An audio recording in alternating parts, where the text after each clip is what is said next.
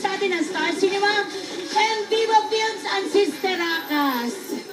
Yes. Sino ba of course, kasama din dito ang Queen of All Media, Miss Kiss Aquino at Miss Kiss Aquino, Vice Ganda, at of course, Cyril Manabat, Miss Gloria Diaz, Mr. Tirso Cruz III, DJ Durano, at marami pa pong iba.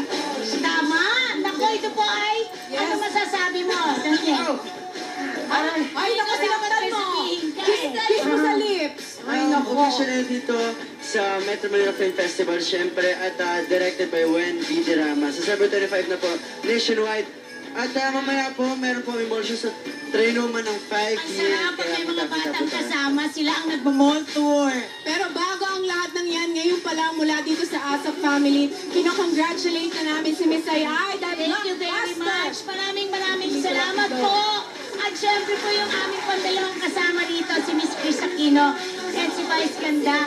Sana po ay unahin niyo po kami panoorin sa December 25 under Star Cinema po and Viva Films. God bless po and Merry Christmas! Para maging masaya ang Pasko natin, unahin natin ang Sister Akas ng Star Cinema and Viva Films. At hindi pa tapos dyan dahil marami pang pasiklaw ang